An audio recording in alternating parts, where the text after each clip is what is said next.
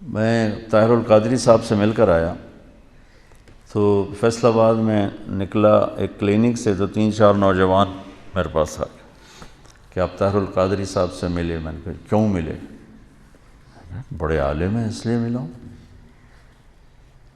تو اس نے ان کو گالیاں دینی شروع کر دیں اور زمین پہ تھوک کے نا پاؤں سے مسل کے کہنے لگا میرے نزدیک قادری کی اتنی بھی حیثیت نہیں۔ میں نے کہا بیٹا جو اہل حق ہوتے ہیں وہ ایسے متکبر نہیں ہوتے اور ایسے بد اخلاق نہیں ہوتے۔ وہ یہ کہہ کر میں گاڑی میں بیٹھ گیا۔ تو آج کل کے جتنے، چونکہ ہر ایک آدمی اپنے آپ کو اہل حق سمجھ رہا ہے نا، تو ان کے اخلاق یہی ہیں کہ اوروں کے لیے نفرت ہے۔ تو تم بھی ایسے کرو تو پھر کیا فرق ہو گیا؟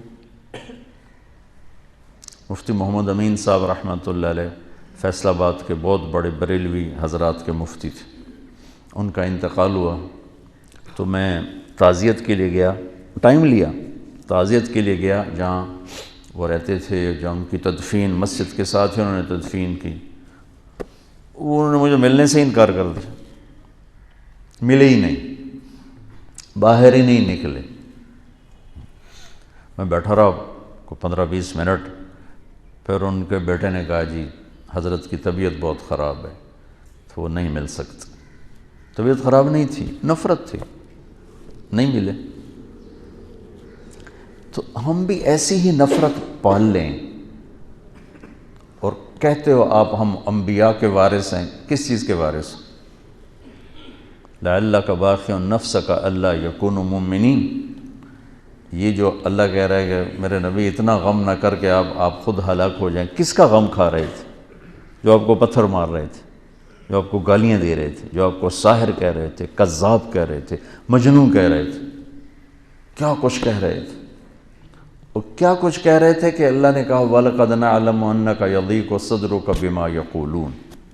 یہ جو قول ہوتا ہے نا، یہ ایسا خنجر ہوتا ہے کہ چیر کے رکھ دیتے، اس کا مرہم بھی کوئی نہیں۔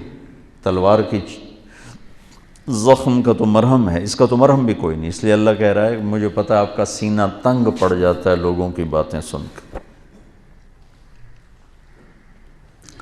تو بچوں اللہ تعالیٰ مجھے بھی آپ کو نبوت والے اخلاق دے، جتنا کوئی دین سے دور ہو اتنا اس سے پیار کرنا چاہیے، ہمدردی کرنی چاہیے کہ اللہ کرے یہ راہ راست پہ آ جائے۔ یہ کیا طریقہ ہے؟ نفرت کرنا، بغض رکھنا، یہ کون سا طریقہ ہے؟ یہ تو کسی بھی حق کی نشانی ہے، یہ تو باطل کی نشانی ہے۔ کہتے ہیں ہاں جی یہ بغض للہ ہے۔ بغض للہ ایسا تھوڑا ہی ہوتا کہ تم ان کی شکل دیکھنا گوارا نہیں کرتے۔ ہمارے بریلوی بھائی تو یہی کہتے ہیں ہمیں ان سے بغض للہ ہے، یہ گستاخ رسول ہے، ہمیں ان سے بغض للہ ہے۔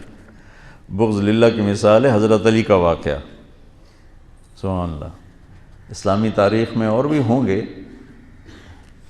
لیکن کیا نادر المثال واقعہ ہے اور کیا خوبصورت کہ یہودی کو خیبر کی جنگ میں گرایا، قتل کرنے لگے، اس نے منہ پہ تھوک دیا تو چھوڑ کے پیچھے ہٹ گیا۔ واہ، امام المتقین۔ کنز العمال کی روایت آپ نے اس کا نادی لی امام المتقین، امام المتقین کو بلا کے لاؤ۔ ان کا جی کون؟ کہا علی، علی کو بلا کے